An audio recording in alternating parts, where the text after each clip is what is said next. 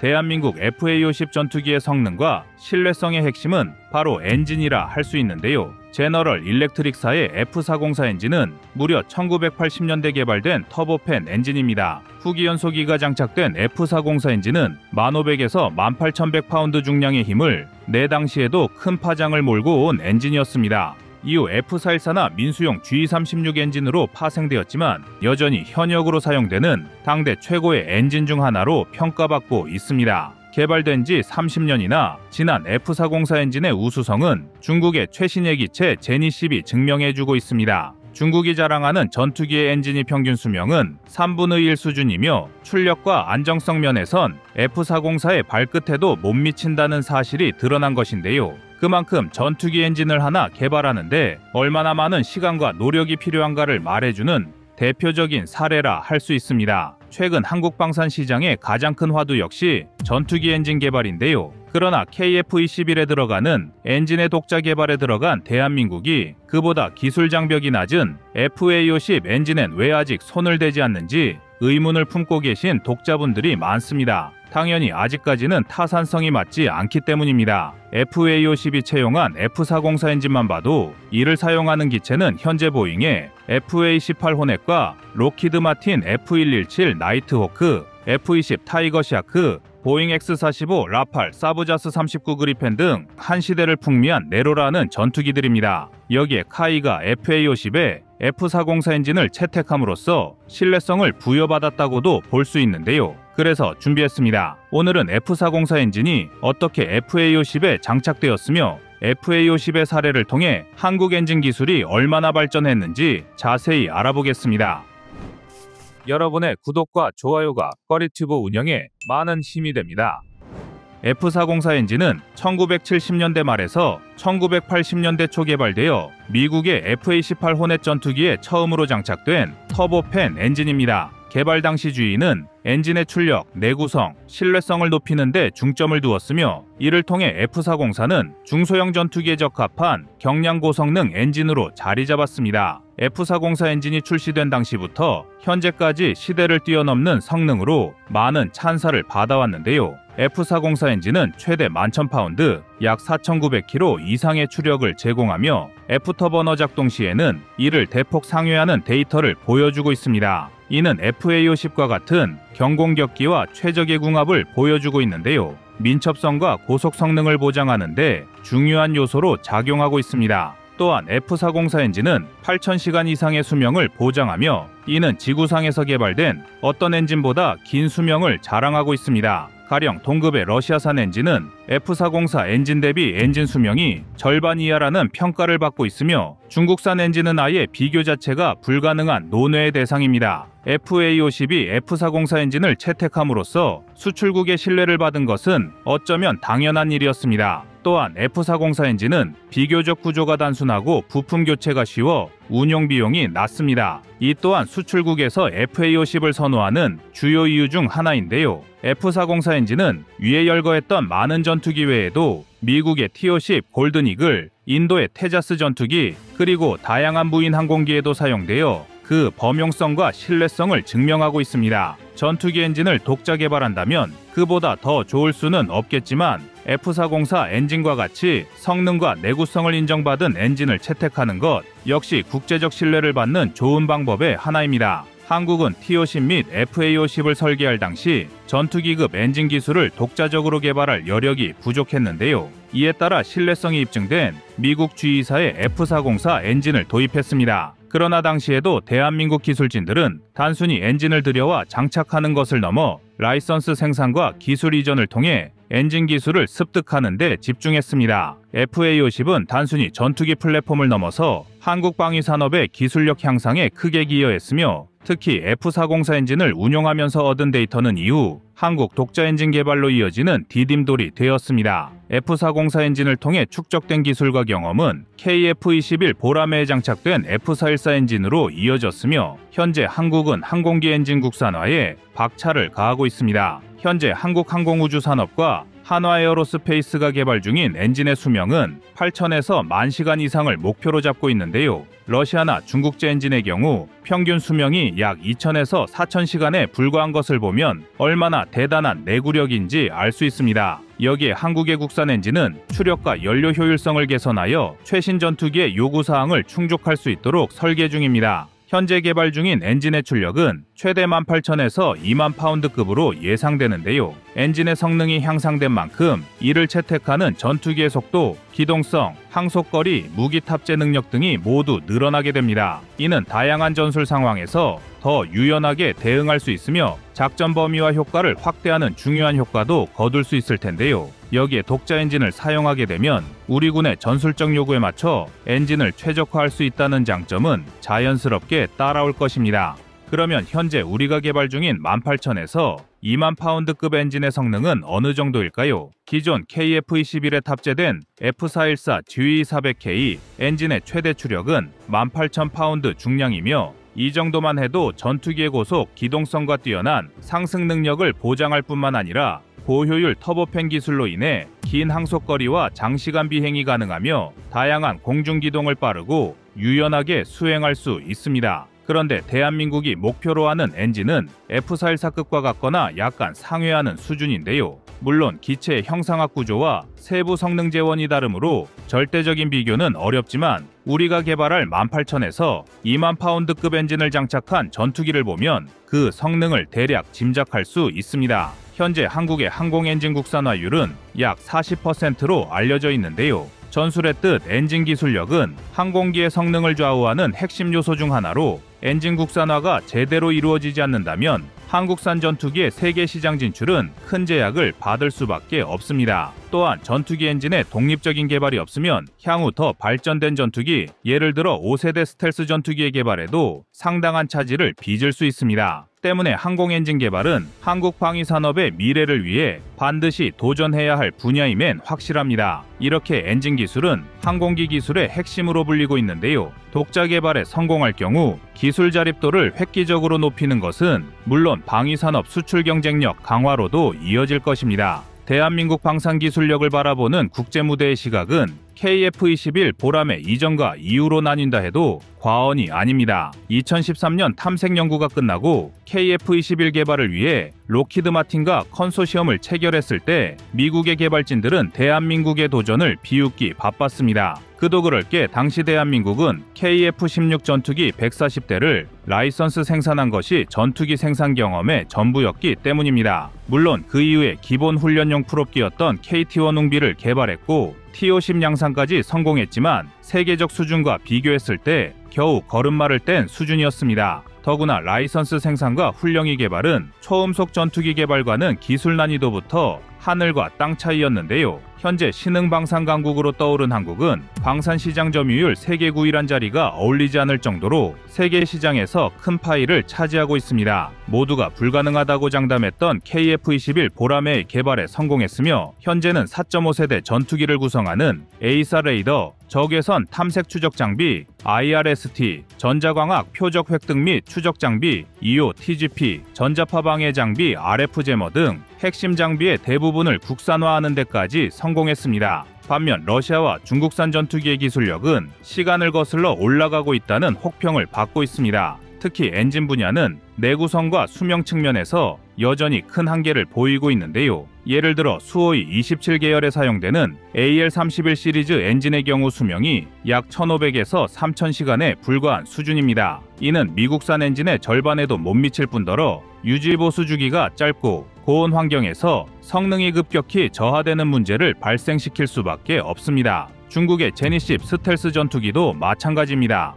해당 기체는 WS-10 엔진을 사용하지만 출력과 안정성 측면에서 큰 약점을 드러내고 있습니다. 이는 FA-50에 장착된 F404 엔진보다도 성능이 떨어지는 것으로 평가되며 WS-10의 최대 추력은 동일 체급의 F404나 F414에 크게 뒤처집니다. 심지어 제니십은 엔진의 낮은 신뢰성과 품질 문제로 인해 양산과 운영에 어려움을 겪고 있으며 서방 국가와 비교했을 때 큰 기술적 격차가 존재합니다. 사실상 기체의 가격이 아무리 저렴해도 이런 성능과 내구성으로는 도입국이 운용이 불가능한 수준입니다. FA-50은 단순한 경공격기를 넘어 한국 항공기술의 현재와 미래를 연결하는 중요한 플랫폼이라 할 수 있는데요. F404 엔진은 FA-50의 성공을 이끄는 핵심 요소였으며 한국이 엔진 기술을 국산화하고 독자적 방산 경쟁력을 강화하는 데 밑거름이 되었습니다. 앞으로 FA-50의 기술적 우수성은 한국 방산 수출의 핵심 자산으로 활용될 것이며 국산 엔진 기술 개발이 완료되면 FA-50은 더욱 강력한 전투기로 자리 잡을 것입니다. 러시아와 중국처럼 엔진 기술의 한계로 어려움을 겪는 나라들과 달리 한국은 이제 글로벌 항공 엔진 시장에서 게임 체인저가 될 가능성을 높이고 있습니다. 여러분의 구독과 좋아요가 꺼리튜브 운영에 많은 힘이 됩니다. 다음은 24년 11월 20일 중국 에어쇼 영상입니다. 주하이 에어쇼 논란의 시작은 러시아가 보낸 수호이 57이었습니다. 러시아가 중국에 보낸 수호이 57은 2012년 제작된 네 번째 시제기였는데요. 개발을 끝낸 지 10년이 넘었지만 러시아에서부터 중국까지 7,000km를 자력으로 비행한 것은 처음일 만큼 세상에 모습을 드러내지 않던 베일에 쌓인 전투기였습니다. 서방의 제재로 인한 부품 수급부터 생산 라인 문제까지 양산이 불가능에 가까운 기체였지만 러시아로서는 이번 중국 에어쇼를 통해 수출 활로를 모색하고자 했는데요. 러시아는 수호이 57을 홍보할 좋은 기회였고 중국은 중국 나름대로 러시아와의 유대 관계를 과시하면서 수호이 57에 들어가는 독일제 부품 상당수를 중국제로 교체하기로 합의한 뒤라 세상의 자국의 기술력을 뽐낼 좋은 기회였습니다. 의도만 보면 서로 윈윈할 수 있는 좋은 전략이었는데요. 그러나 중국산 부품은 형상만 같을 뿐 본래 독일산 부품의 내구성을 따라올 수 없었고 누더기와 다름없는 기체의 완성도를 목격한 내외신 언론은 실망을 감추지 못했습니다. 결국 해외 무대에 자국 제품과 기술을 홍보하자고 했던 러시아와 중국의 무리수는 국제망신이라는 결과를 초래하고야 말았습니다. 물론 러시아가 공개한 수호이 57은 양산품이 아닌 시제품으로 질이 떨어질 수는 있습니다. 그러나 천조각을 리베스로 덧댄 것 같은 외관은 부족한 마감 처리로 많은 의혹과 논란을 부추겼는데요. 이에 반해 중국이 내놓은 젠35는 최소한 외관상으로는 합격점을 받았습니다. 그러나 여전히 많은 전문가들이 주하이 에어쇼에 선보였던 젠30A의 성능에 강한 의문을 제기하고 있습니다. 중국이 구군을 걸고 자체적으로 야심차게 독자 개발했다는 홍보 문구와는 달리 젠35A는 미국의 F35와 쉽게 구분되지 않을 외형에 내부 설계까지 소름 끼칠 정도로 똑같습니다. 젠35A는 개발 목표부터 미군의 F35를 겨냥했으며 과정에서도 F35의 사양을 상당 부분 베낀 것으로 드러났는데요. 실제로 공개된 모습에서 F35와 F22의 설계 특징을 모방한 흔적이 다수 발견되고 있습니다. 전문가도 헷갈릴 만큼 빼다 박은 젠35는 레이더 배치 등의 외관부터 계기판, HUD 등 전투기 내부의 배치까지 F35를 그대로 따라 만들었습니다. 여기에 중국 항공전력의 영원한 난제 엔진 개발이 또 발목을 잡아 논란을 가중시키고 있는데요. 젠35A에 장착한 WS13이 엔진은 아직 신뢰성이 충분히 입증되지 않은 상태인데다 출력과 성능이 불안정하다는 평이 많습니다. 현재 5세대기를 만들고 있는 국가들은 많은 예산과 시간을 투자했음에도 일정 수준의 완성도를 갖추기까지 수많은 시행착오를 겪을 수밖에 없었습니다. 비록 이렇게 허비한 시간이 의미 없다고 할 수 없겠지만 그만큼 5세대기의 기술적 허들은 매우 높은 편이고 4세대 전투기를 오랫동안 만들어온 국가들조차 많은 난관을 겪었습니다. 그러나 중국은 이런 시간과 예산을 절약하기 위해 모방과 기술 도둑질이란 편법을 택한 것인데요. 결과적으로 그들이 그토록 따라잡고 싶었던 F-35의 성능에는 발끝에도 미치지 못했고 4.5세대기인 한국의 KF-21과도 비교 우위라 장담할 수 없는 지경까지 이른 것입니다. 이런 총체적인 문제점은 다른 기체에서도 나타나고 있습니다. CH-7은 중국이 개발한 대형 스텔스 무인기로 정보 수집, 정찰, 감시 임무를 수행할 목적으로 제작되었는데요. 스텔스 설계로 적의 방공망을 회피하여 깊숙한 지역까지 침투할 수 있습니다. 그러나 실제 전장에서의 운용 경험이 부족하다는 단점 외에도 전자전에서의 취약성이 드러나며 생존성에 많은 의문이 제기되고 있습니다. 젠35가 미국의 F-35를 카피했다면 HQ-19 지대공 미사일은 미국의 사드를 흉내낸 요격 시스템입니다. 중국이 개발한 이 탄도미사일 요격 시스템은 대기권 안팎의 탄도미사일 위협에 대응하도록 설계되었으며 개념상 미국의 사드 시스템과 거의 같다고 볼 수 있는데요. 물론 흉내내 만들었다고 해서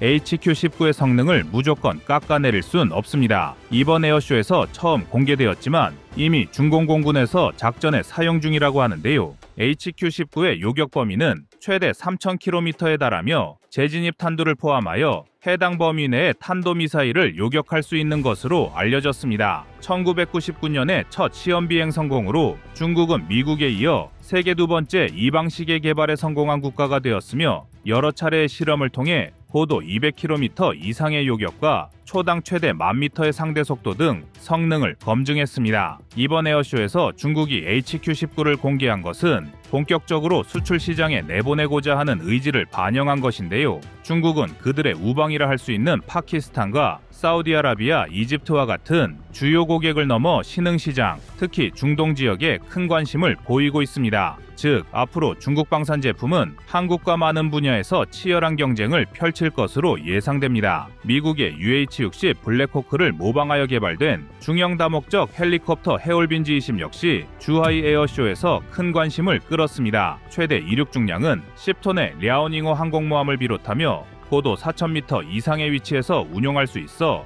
미국산 시코르스키 UH-60 블랙호크 헬기와 비교해도 손색이 없을 정도로 성능이 우수한 것으로 평가받고 있는데요. 역시 기술을 모방했다는 점에서 원본 모델인 블랙호크에 비해 성능이나 신뢰성, 내구도에서 차이가 있을 것으로 전문가들은 예상하고 있으며 실제 운용 경험이 부족하여 예상치 못한 문제가 발생할 수 있다고 지적하고 있습니다. 원래 이번 에어쇼에서 보여주겠다고 자신했던 중국의 차세대 스텔스 폭격기 H-20은 갑자기 준비가 덜 되었다는 이유로 공개하지 못했는데요. 그러나 이러한 논란에도 불구하고 중국은 항공굴기를 천명한 이래 막대한 지원으로 민항기는 물론 전투기 기술을 성장시키고 있습니다. 이번 에어쇼 역시 중국 항공기술력을 띄우기 위해 개최된 것이며 중국 언론은 공산당 당국의 입맛에 맞게 본격적인 항공굴기, 군사굴기가 시작되었다라고 성공적인 에어쇼 결과를 자평하는 분위기입니다. 그렇다면 중국의 야심작이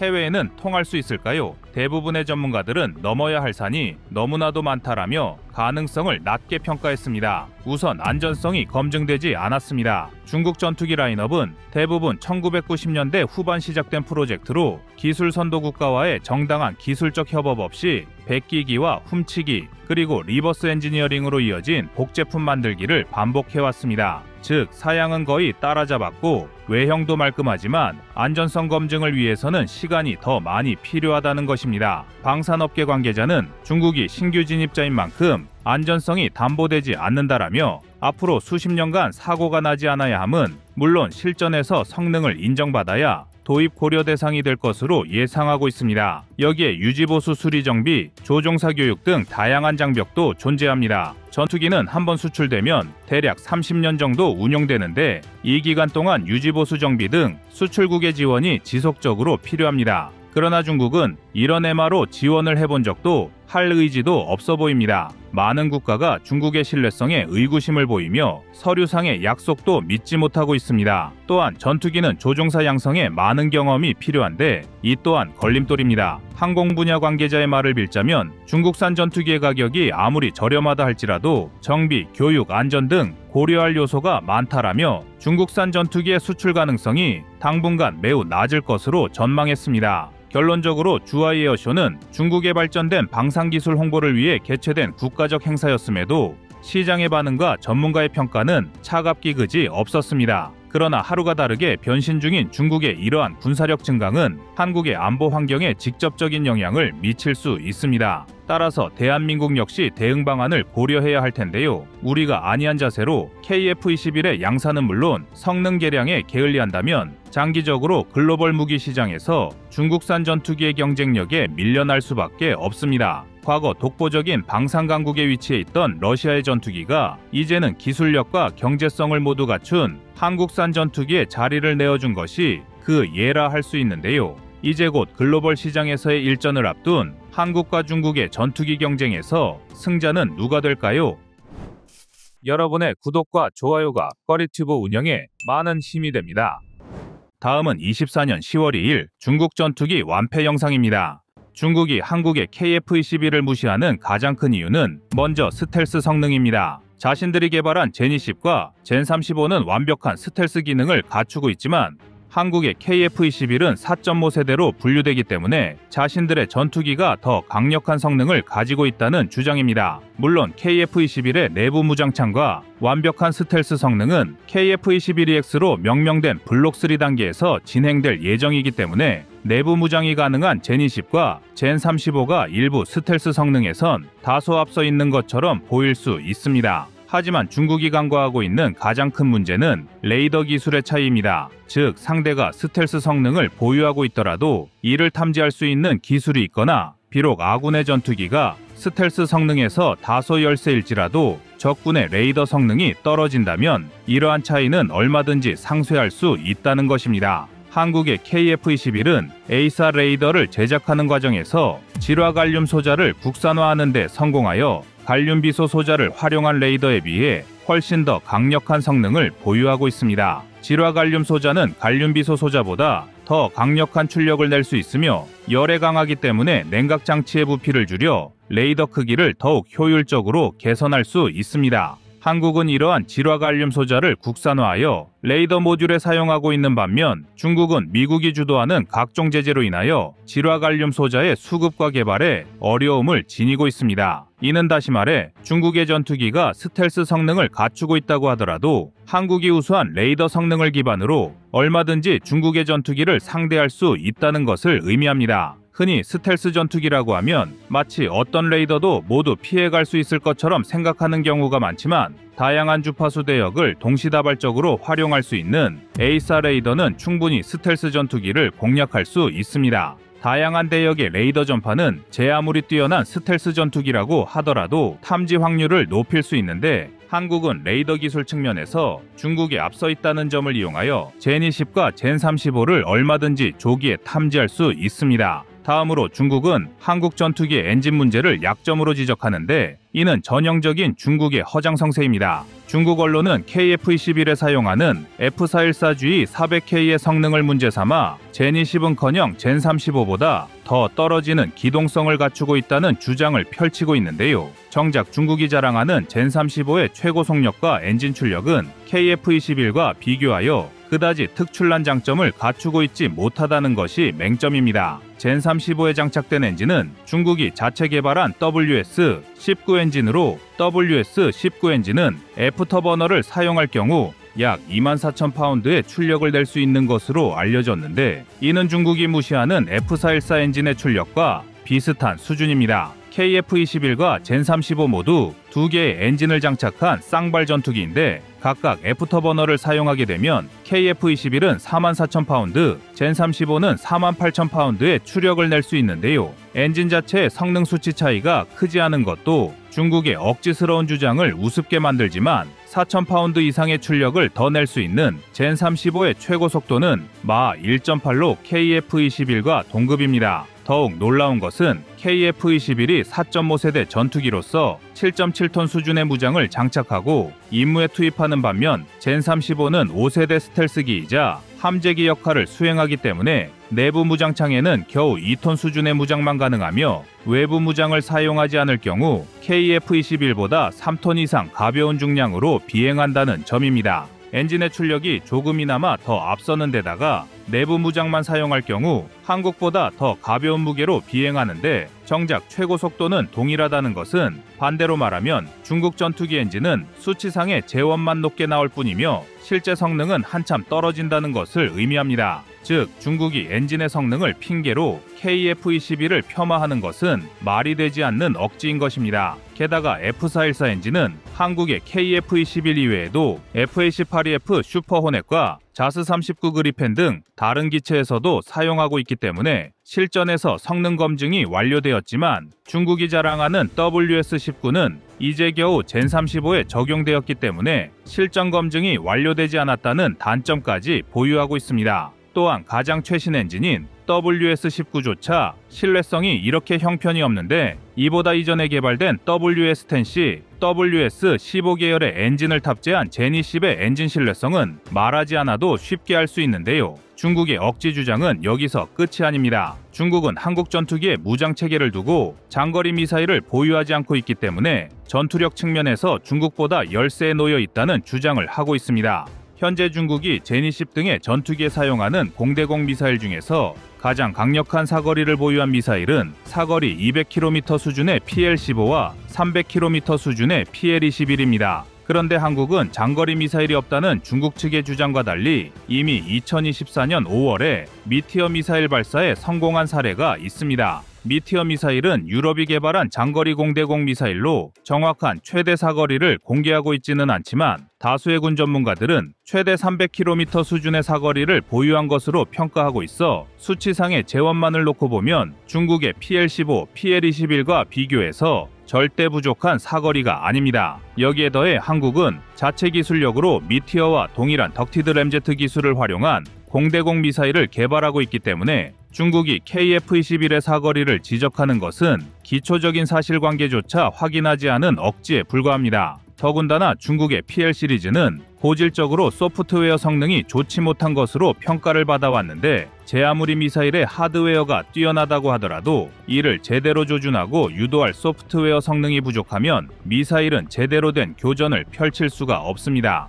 따라서 중국 전투기가 PL-15를 달고 출격한다면 오히려 한국 전투기가 더 먼 거리에서 뛰어난 에이사 레이더를 기반으로 미티어 미사일을 통해 적을 분쇄하는 교전 상황이 연출될 가능성이 매우 높은데요. 그러나 여전히 자신들의 착각에서 벗어나지 못하는 중국은 젠10을 KF-21과 비교하는 어리석은 주장을 일삼고 있습니다. 중국이 자랑하는 5세대 전투기조차 객관적인 지표에서 KF-21을 압도하지 못하고 있는데 거의 20년 전에 개발된 4세대 전투기를 두고 KF-21과 비교한다는 건 군사 전문가의 자격이 없다고 할 수 있는데 중국의 군사 전문가들은 역시 달라도 달랐습니다. 젠10에 에이사 레이더 등을 장착하고 나름의 4.5세대로 분류되는 젠10C는 보유 수량 측면에서 중국의 주력 전투기로 평가를 받습니다. 하지만 젠10C는 수치상으로 최대 28,000파운드를 낼 수 있는 엔진을 하나만 장착한 단발 전투기이기 때문에 두 개의 엔진으로 44,000파운드급의 출력을 낼 수 있는 KF-21보다 한참 떨어지는 엔진 성능을 보유하였으며 11개의 하드포인트에 5.6톤의 무장을 장착할 수 있어 12개의 하드포인트에 7.7톤의 무장을 장착하는 KF-21보다 전투 효율이 한참 떨어집니다. 또한 제니10과 젠35의 엔진 분량의 시발점이 젠10이라는 점에서 수치상의 성능보다 더욱 떨어지는 성능이 구현되었다는 것을 쉽게 알 수 있는데요. 중국은 소련 이외에 국경을 맞댄 강대국이 없었던 특성상 육군보다 해군과 공군에 많은 투자를 이어왔습니다. 하지만 북한과 대치하고 있던 한국은 해군과 공군보다는 육군에 더 많은 비중을 둘 수밖에 없었고 이러한 작전 환경의 특성은 한국이 항공기 분야에서 다소 후발주자로 출발하게 되는 이유가 되었습니다. 하지만 정작 자신들이 앞서 나간다고 생각했던 전투기 분야에서 KF-21이 매우 우수한 성능을 보여주고 있는 지금 중국은 여러 이유를 빌미로 KF-21의 성능을 더욱 폄하하고 있습니다. 하지만 필리핀을 비롯한 다수의 국가가 중국을 상대하기 위한 최적의 전투기로 KF-21에 관심을 드러내고 있는데요.